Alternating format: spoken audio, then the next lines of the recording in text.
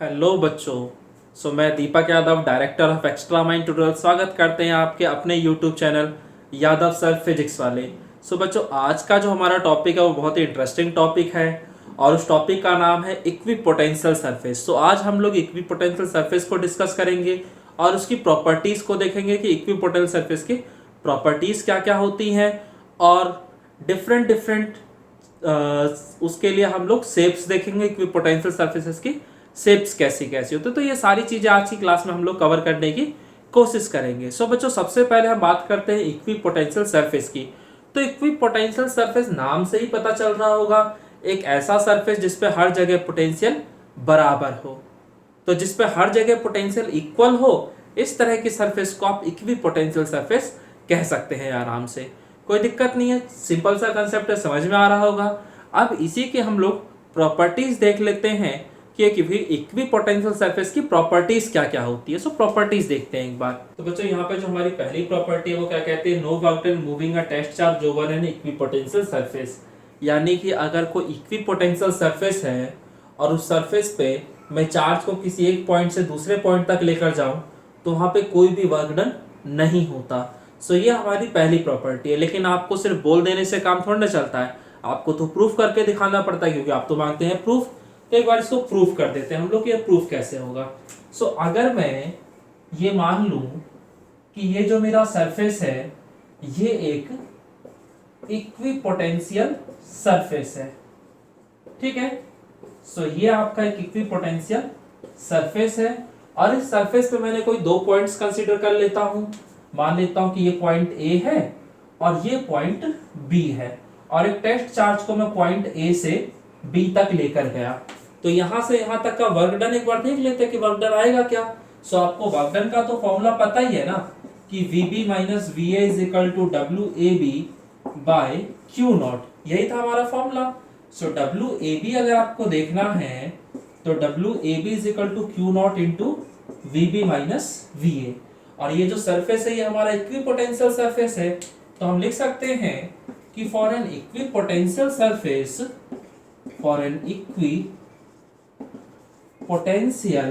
Surface, तो equipotential surface के लिए क्या होगा, हर पॉइंट पे पोटेंशियल बराबर होगा। यानी जितना पोटेंशियल पॉइंट बी पे है उतना ही पॉइंट ए पे भी होगा। तो अगर इन दोनों पॉइंट्स पे पोटेंशियल बराबर है तो किसी ना किसी के तो बराबर होगा। मान लेते हैं कि वो पोटेंशियल V के बराबर है, ठीक है। तो ये दोनों वैल्यूज उठा के मैं अगर इस इक्वेशन में डाल दूं तो हमारा WAB इज इक्वल टू आ जाएगा Q0, और VB की जगह भी V और VA की जगह भी V, तो V माइनस V हो गया 0। वर्क डन आ गया 0। तो ये पॉइंट समझ में आता है। तो ये हमारा पहला पॉइंट था कि अगर कोई भी इक्विपोटेंशियल सरफेस है और उस इक्विपोटेंशियल सरफेस पे मैं किसी चार्ज को एक पॉइंट से दूसरे पॉइंट तक ले जाऊं तो वहां हमारा वर्क डन 0 हो जाता है। यही हमारा पहला पॉइंट है।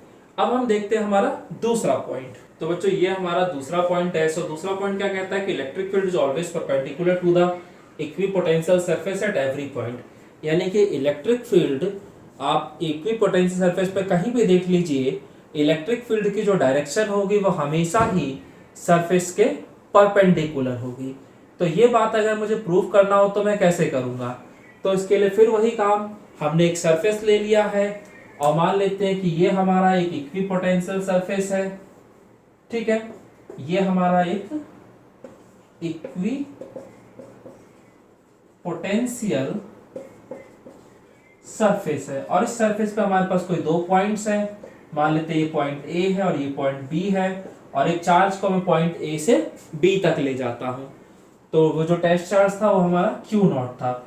हमारा यहाँ पे जो वर्क डन आता था वो अब हमने देखा था थोड़ी देर पहले कि हमारा वर्क डन क्या था, वो 0 था। तो हम लिख सकते हैं for an equipotential surface, equipotential surface. तो एक इक्विपोटेंशियल सरफेस के लिए हमारा जो वर्क डन आता है एक चार्ज को ले जाने में वो हमेशा 0 होता है, ठीक है। ये बात मुझे पता थी और ये भी मैंने आपको निकाल के दिखाया था पोटेंशियल डिफरेंस वाले फॉर्मूले से। अब इस पॉइंट को मैं यूज करूंगा वर्क डन के दूसरे फॉर्मूले पे, और जो हमारा दूसरा फॉर्मूला था वर्क डन का वो था फोर्स इनटू डिस्प्लेसमेंट। तो हमारा जो फोर्स होता था वो एक्सटर्नल फोर्स होता था, सो एफ एक्सटर्नल फैक्टर बटे में F external vector dot D x vector. तो यहाँ पे आ जाता था एफ एक्सटर्नल वेक्टर का मैग्नीट्यूड डी एक्स वेक्टर का मैग्नीट्यूड और कॉस थीटा, थीटा मतलब उन दोनों वेक्टर्स के बीच का एंगल। और हम यहाँ क्या कह सकते थे कि हमारा जो एक्सटर्नल फोर्स का मैग्नीट्यूड होता है वो किसके बराबर होता है, तो इलेक्ट्रिक फोर्स के मैग्नीट्यूड के बराबर होता है। तो जहां ये आपका इलेक्ट्रिक फोर्स का मैग्नीट्यूड लिखा हुआ, सॉरी एक्सटर्नल फोर्स का मैग्नीट्यूड लिखा हुआ है, वहां हम इलेक्ट्रिक फोर्स का मैग्नीट्यूड लिख सकते हैं, यानी एफ ई का मैग्नीट्यूड dx वेक्टर का मैग्नीट्यूड और cos थीटा। तो अब इसे मैं नॉर्मली लिख देता हूं F E dx cos theta. और एफ ई जो होता है, तो अगर ये फील्ड के अंदर है तो जो फोर्स लगेगा चार्ज्ड पार्टिकल पे आपके, वो क्या होगा, तो F is equal to q naught E. तो जहां पे ये लिखा हुआ है वहां पे मैं q naught E d x cos theta, और ये थे मेरा work done in carrying the charge from point A to B. ठीक है, सो अगर मैं यहाँ पे इक्वेशन फर्स्ट को यूज करूं, तो इक्वेशन फर्स्ट से मुझे पता है ना कि मेरा वर्क डन 0 है। सो अगर मैं वर्क डन की वैल्यू यहाँ पे पुट कर दूं, तो जरा एक बार देखते हैं कि आता क्या है। तो ये जो वर्क डन की वैल्यू थी वो मैं यहाँ पे पुट कर देता हूं। तो ये डब्ल्यू ए बी की जगह आ जाएगा 0 is equal to q naught E d x into में कॉस थीटा। अब अगर इन सब का प्रोडक्ट 0 है तो सीधा सा फंडा, या तो इनमें से कोई एक 0 हो, मतलब कम से कम कोई एक 0 हो, या तो सारे भी 0 हो, कोई दिक्कत नहीं है भाई। 0 अगर एक भी है तो भी सब पे मल्टीप्लिकेशन को 0 कर देगा, अगर 2 0 है तो भी सबको 0 कर देंगे, 3 0 है तो भी सबको 0, और सारे 0 है तो भी 0। तो मैं यहाँ पे क्या कहूंगा कि भाई ये जो चार्ज था टेस्ट चार्ज, इसको तो मैं लेकर जा रहा हूं, तो ऑब्वियसली इसका वैल्यू तो 0 है नहीं। और ये अगर इलेक्ट्रिक फील्ड के अंदर रखा हुआ है तो यहाँ पर जो इलेक्ट्रिक फील्ड होगा उसका वैल्यू भी 0 नहीं होगा। और ये जो डिस्टेंस dx है, इन दोनों पॉइंट्स के बीच का गैप, ये गैप भी 0 नहीं है, तो यानी dx जो है उसकी वैल्यू भी 0 के बराबर नहीं है। तो अगर इन तीनों में से कोई भी 0 नहीं है तो बचता क्या, cos थीटा, इसका मतलब उसी की वैल्यू 0 हो सकती है। तो यानी कि यहाँ पर जो cos थीटा है उसकी वैल्यू 0 के बराबर होगी। सो cos थीटा हमारा 0 कब होता है, तो जब थीटा 90 डिग्री होता है। तो cos theta is equal to 0 का मतलब हो गया कि ये जो 0 है ये cos 90 के बराबर, और दोनों को कंपेयर करोगे so theta is equal to 90 degree निकल जाएगा। तो ये जो थीटा है ये बेसिकली एंगल था आपका किस किस के बीच का, तो इलेक्ट्रिक फील्ड के बीच का और वो जो हम पाथ कवर कर रहे थे उसके बीच का।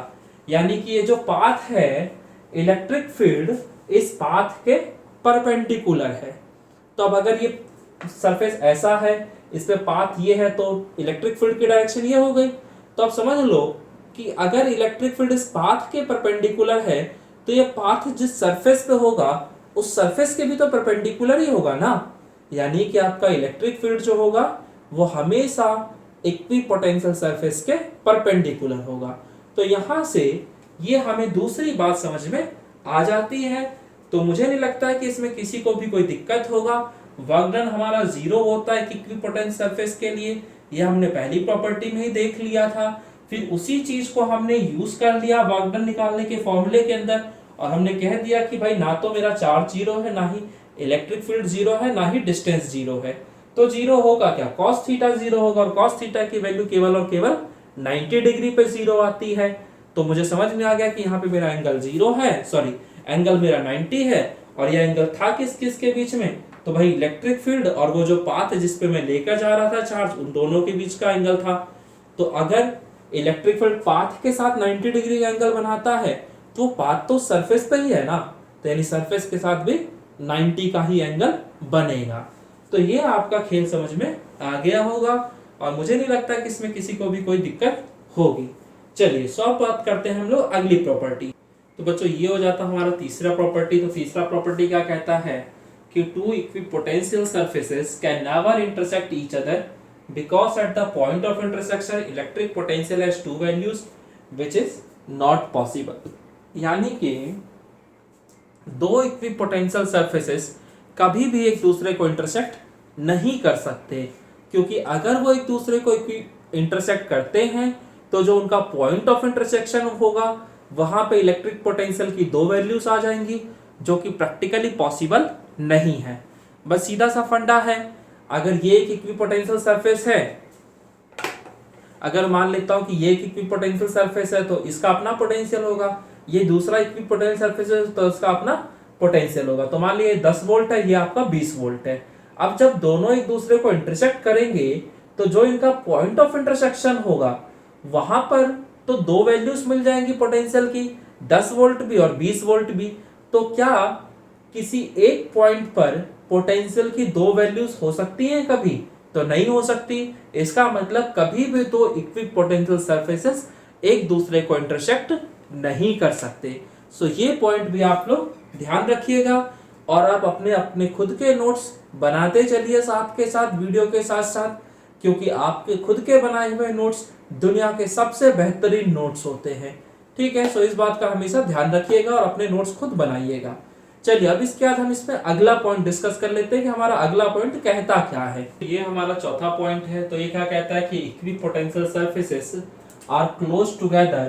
तो हमारे इक्विपोटेंशियल सरफेस जो होते हैं वो एक दूसरे के बहुत पास पास होते हैं in the region of strong electric field. यहाँ पर यानी कि जहां पर इलेक्ट्रिक फील्ड स्ट्रॉन्ग होगा उस रीजन में इक्विपोटेंशियल सरफेस बहुत पास पास होंगे, और वो रीजन जहां पे आपका इलेक्ट्रिक फील्ड कमजोर होगा, जहां पे वीक इलेक्ट्रिक फील्ड होगा, वहां पे इक्विपोटेंशियल सरफेस एक दूसरे से दूर दूर होंगे। तो ये हमारी चौथी प्रॉपर्टी होती है इक्विपोटेंशियल सरफेसेस की। ठीक है, अब इस पॉइंट को एक्सप्लेन करने के लिए मैं क्या करता हूं कि यहां पर एक पॉइंट चार्ज मान लेता हूं प्लस का क्यू। तो ऑब्वियसली इस चार्ज की वजह से इलेक्ट्रिक फील्ड होगा इसके चारों तरफ, और उस फील्ड को रिप्रेजेंट करने के लिए हम लोग इलेक्ट्रिक फील्ड लाइंस का सहारा लेते हैं। तो ये हो गई हमारी इलेक्ट्रिक फील्ड लाइंस। कोई दिक्कत तो नहीं है? चलिए ओके। सो ये हो गई हमारी इलेक्ट्रिक फील्ड लाइंस, और मुझे पता है कि जो मेरी इक्विपोटेंशियल सरफेस होगी वो हमेशा इलेक्ट्रिक फील्ड के परपेंडिकुलर होती है। तो ये हमने इस पे अगर परपेंडिकुलर ड्रॉ करेंगे सभी जगह तो यहाँ पे ये मुझे स्फेरिकल रीजन्स देखने को मिल जाएंगे। तो मैं मान लेता हूं कि ये मेरा एक इक्विपोटेंशियल सरफेस है, ये मेरा दूसरा इक्विपोटेंशियल सरफेस है, और ये मेरा तीसरा इक्विपोटेंशियल सरफेस है। ठीक है, तो ये हमारे कुछ इक्विपोटेंशियल सरफेस हो गए। सो ये वाला जो पॉइंट, ये वाला जो इक्विपोटेंशियल सरफेस है जो हमारा, ये जो इक्विपोटेंशियल सरफेस ये चार्ज के पास है, तो ऑब्वियसली पॉइंट चार्ज से डिस्टेंस जितना कम होगा पोटेंशियल उतना ही ज्यादा होगा, क्योंकि हमारा जो फॉर्मूला था वो यही था ना, V = KQ/R। तो डिस्टेंस जितना ज्यादा पोटेंशियल उतना ही कम। तो ये वाला जो इक्विपोटेंशियल सरफेस है ये चार्ज के काफी पास है, तो यहाँ पोटेंशियल ज्यादा होगा, ये दूर है तो थोड़ा कम होगा, ये और दूर है तो यहाँ पे और भी कम होगा। यानी चार्ज से जैसे जैसे दूर जाता जाऊंगा पोटेंशियल की वैल्यू घटती चली जाएगी। सो मान लेता हूं कि यहाँ पे मेरा पोटेंशियल 20 वोल्ट है, यहाँ पे 15 वोल्ट और यहाँ पे 10 वोल्ट है। तो आप देख सकते हैं कि जो चेंज इन पोटेंशियल है इन दोनों सरफेसेस के बीच के पोटेंशियल में जो चेंज आया वो 5 वोल्ट का है। यहाँ पे भी अगर आप देख रहे हैं तो 5 वोल्ट का चेंज है, यानी चेंज इन पोटेंशियल की वैल्यू जो है वो कांस्टेंट है। ठीक है, और हमारे पास जो फॉर्मूला था इलेक्ट्रिक फील्ड का वो यही था ना, E = -dV/dr। तो अगर चेंज इन पोटेंशियल कांस्टेंट है जो कि मैं यहाँ देख रहा हूं, तो यदि dV आपका कांस्टेंट है तो E और dr में रिलेशन कैसा हो गया? तो E और dr में रिलेशन हो गया इनवर्सली का। तो सोचो dV अगर इन दोनों सरफेसेस के पोटेंशियल के चेंज को बताता है तो dr जो होगा वो इन दोनों पोटेंशियल इक्विपोटेंशियल सरफेस के बीच के गैप को बताएगा। ठीक है, तो अब अगर मैं बात करता हूं इन दोनों के बीच रिलेशन की, तो रिलेशन आ रहा है इनवर्सली का। तो यानी कि गैप, यानी कि इलेक्ट्रिक फील्ड जितना कमजोर होगा ये गैप उतना ही ज्यादा हो जाएगा। सो बात समझ में आती है कि अगर इलेक्ट्रिक फील्ड कमजोर है तो वहां पर जो गैप होगा वो हमेशा ज्यादा होगा। तो ऐसे में दूर जा रहा था तो आपका इलेक्ट्रिक फील्ड कमजोर होता जा रहा था, यानी कि इन इक्विपोटेंट सरफेस के बीच का गैप जो होता है वो बढ़ जाना चाहिए।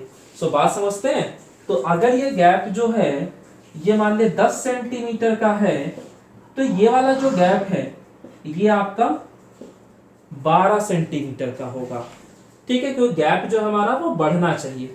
तो वही चीज तो यहाँ इस प्रॉपर्टी में यही चीज तो बोली गई है कि जहां पर फील्ड स्ट्रांग होगा वहां पर इक्विपोटेंट सरफेस पास पास होंगे, और जहां पे फील्ड कमजोर होगा वहां पे इक्विपोटेंट सरफेस दूर दूर होंगे। तो जहां फील्ड कम मजबूत था वहां इक्विपोटेंट सरफेस पास पास थे, जहां फील्ड कमजोर हो गया वहां इक्विपोटेंट सरफेसेस दूर दूर हो गए। सो यही हमारा फोर्थ पॉइंट था। सो आई होप कि आपको ये पॉइंट समझ में आया। तो हमें देखना है एक आइसोलेटेड पॉजिटिव चार्ज की वजह से इक्विपोटेंशियल सरफेस कि एक आइसोलेटेड पॉजिटिव चार्ज की वजह से इक्विपोटेंशियल सरफेस होता कैसा। तो आप लोग को सब पता है ये सारी प्रॉपर्टीज, तो कौन सा बनाने में देर लगनी है आपको। आपको पता है कि आपका जो पॉजिटिव चार्ज होता है वो इस तरीके का होता है। पॉजिटिव चार्ज की वजह से इलेक्ट्रिक फील्ड लाइंस ऐसी हैं, तो इक्विपोटेंट सरफेस जो होंगे वो आपका फील्ड लाइंस के हमेशा परपेंडिकुलर होते हैं। एक पॉइंट तो ये, दूसरा फील्ड जैसे जैसे कमजोर होता जाएगा इक्विपोटेंट सरफेस के बीच का गैप जो है वो बढ़ता चला जाएगा। तो अगर एक इक्विपोटेंट सरफेस ये है तो जो दूसरी इक्विपोटेंट सरफेस होगी वो ये होगी, और जो तीसरी होगी वो ये होगी। सो आप देख रहे हैं साफ साफ कि यहां पर जो गैप है उसके तुलना में ये वाला जो गैप है ये काफी ज्यादा है। ठीक है, तो ये आपका एक आइसोलेटेड पॉजिटिव चार्ज की वजह से इक्विपोटेंशियल सरफेस हो जाएगा।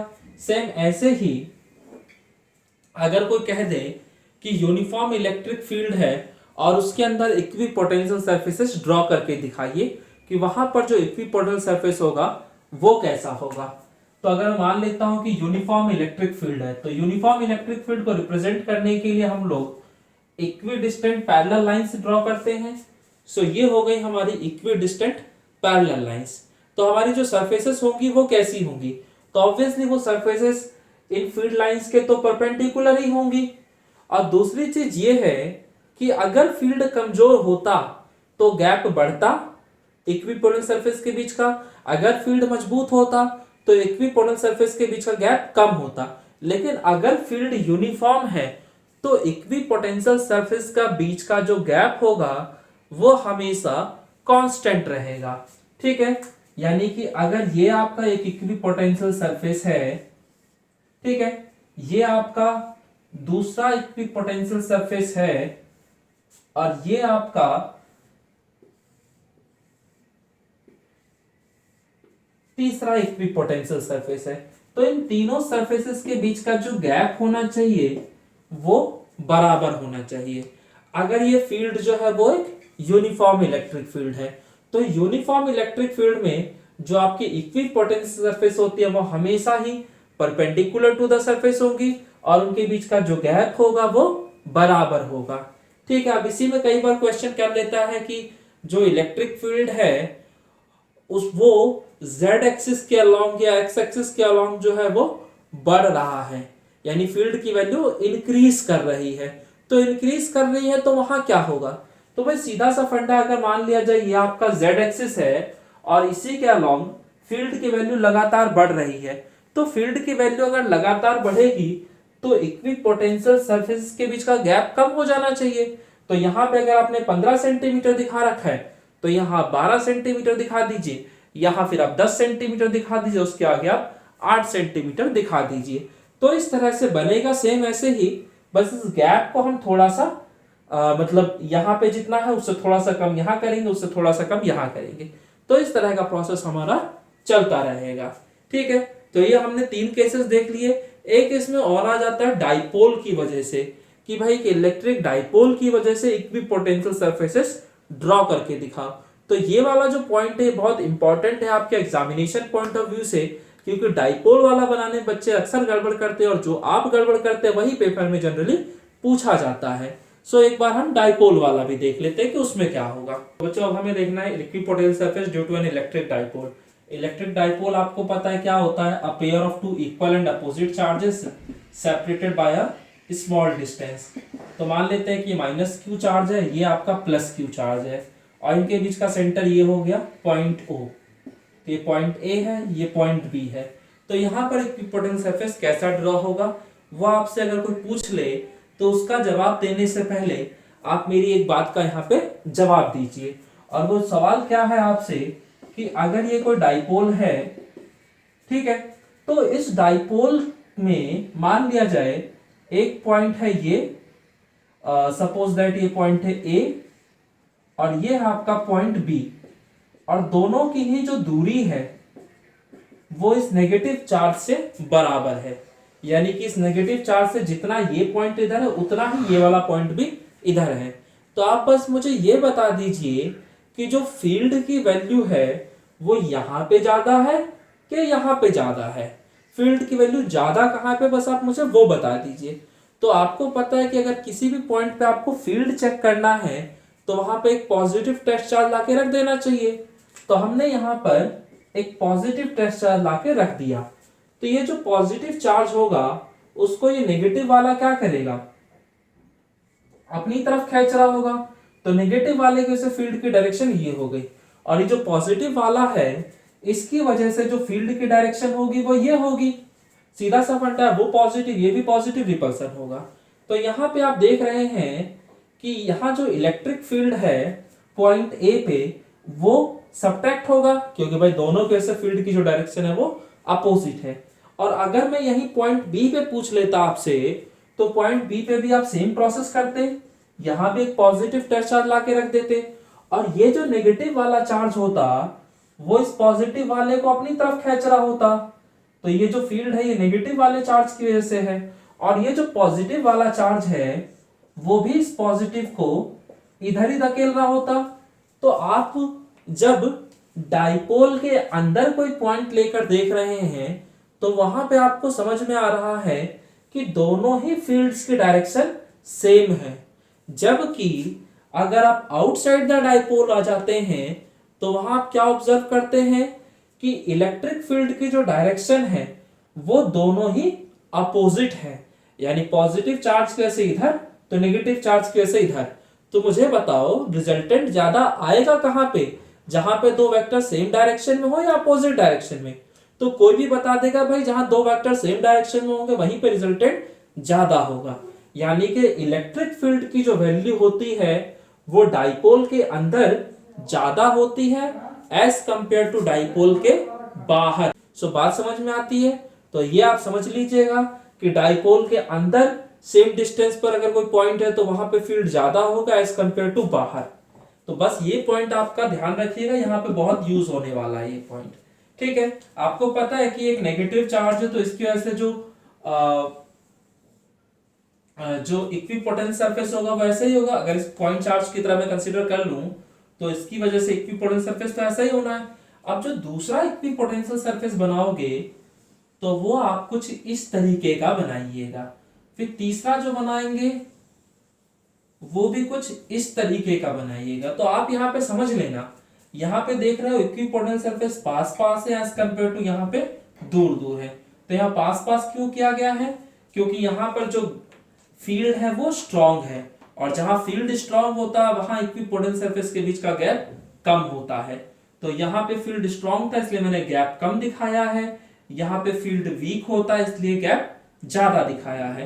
तो ये पूरा प्रोसेस होता है। तो इस तरह से आप एक डाइपोल की वजह से इक्विपोटेंशियल सरफेस ड्रॉ कर सकते हैं, और मेरे ख्याल से कोई दिक्कत आपको आनी नहीं चाहिए। ठीक है, अब इसमें ये जो पॉइंट O है अगर आप यहां पे देखेंगे तो यहां पर ये जो पूरा ये जो इक्वेटोरियल लाइन होगा, इस पूरे इक्वेटोरियल लाइन पे हर जगह पोटेंशियल की वैल्यू 0 आएगी। यानी कि ये एक ऐसा सरफेस होगा जहां पे पोटेंशियल हर जगह बराबर है। तो एक लाइन आप ऐसे भी ड्रॉ कर सकते हैं। तो ये हो गया आपका equipotential surface due to an electric dipole. So बच्चों आई होप कि आपको आज की क्लास काफी इंफॉर्मेटिव लगी होगी, काफी कुछ यहाँ से आपको सीखने को मिला होगा।